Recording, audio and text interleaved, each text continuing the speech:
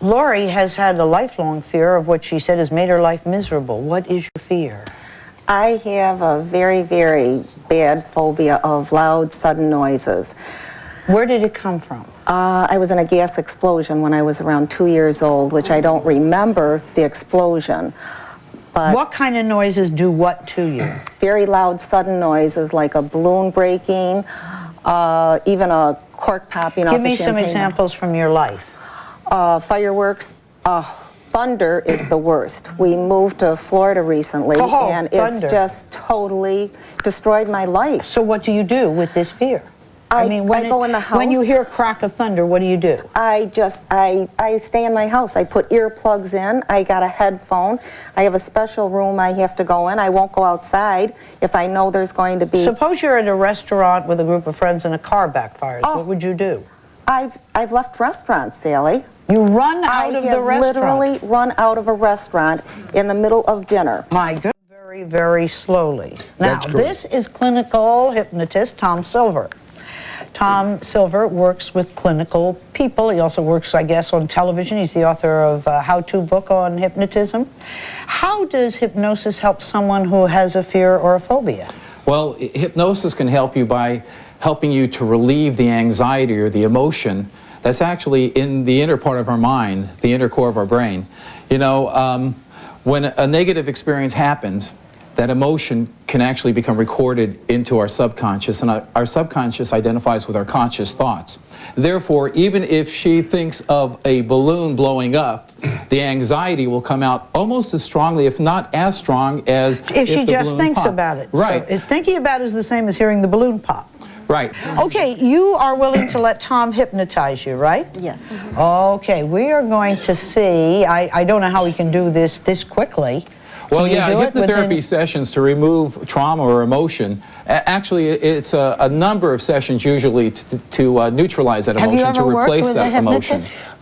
Actually, we do something similar called systematic desensitization, where we have the patient imagine the various situations, low anxiety, higher anxiety, and then full-blown anxiety, while you're in a deep state of relaxation. And hypnosis is one of the ways of helping people to relax. Okay, we're going to meet a woman who is now, I know of a couple of people who are even afraid of flying. Now, what happens and how do you conquer that fear? And later, we're going to find out if our hypnotist, Tom Silver, in any way helped the first two guests overcome their fears. We'll find out.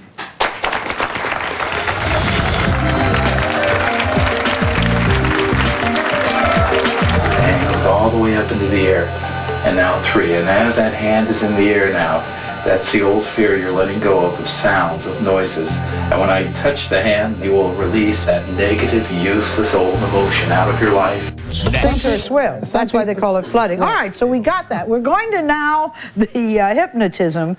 Tom, what did you do to these women? Oh, I did a process that we do as hypnotherapists called circle therapy. In other words, I, under hypnotism, will bring up the feeling, the fear, and the anxiety into the subconscious mind. But I don't bring it up at a little bit at a time. I'll bring it to the fullest extent of it, to the 100% mark.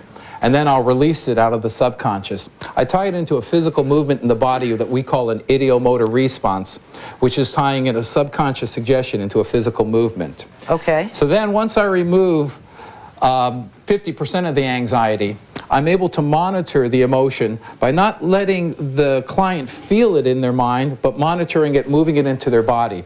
And then I reduce it to 50% of the anxiety. And after that, I monitor by judging how high the hand moves up, that it's being effective. This only can occur in the very deeper stages of hypnotism. The scientific term would be delta, or what we call somnambulism. So they really have to be able to be hypnotized. They have to be receptive to show demonstrations so quickly. I personally believe, as a clinical hypnotherapist, just like the psychotherapists and medical doctors, that these procedures need to be reinforced. That you just don't do it one time, but you reinforce the emotion, replacing the negative emotion with a new positive thought and feeling. All right, let's get to what you did to Lori. Okay, I had hypnotized her to remove the fear of sounds out of her subconscious mind.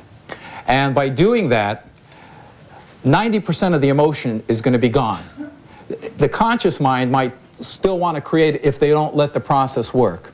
But again, Sally, it needs to be reinforced, so I'm going to actually recommend some local therapists to work with the client. Okay, that's very good. But I saw tremendous success in both of these gals. They were very receptive to let it go, and we have been able to replace that anxiety with a new positive feeling of comfort and can calmness. everybody be hypnotized? Everybody goes into hypnotism. Not everyone goes into deep hypnotism, But folks. everyone goes Yeah, into the first time you're hypnotized, maybe 10 or 15% of the population are hypnotized. But when you watch movies, you're hypnotized. Driving in your car and daydreaming, you're hypnotized. Right, right. Okay. Oh, no, But how'd that feel in reaction to the first time you experienced it? better, Better. yes. Okay. Absolutely. Much better. Yes, feel my hand. Much better. Yeah.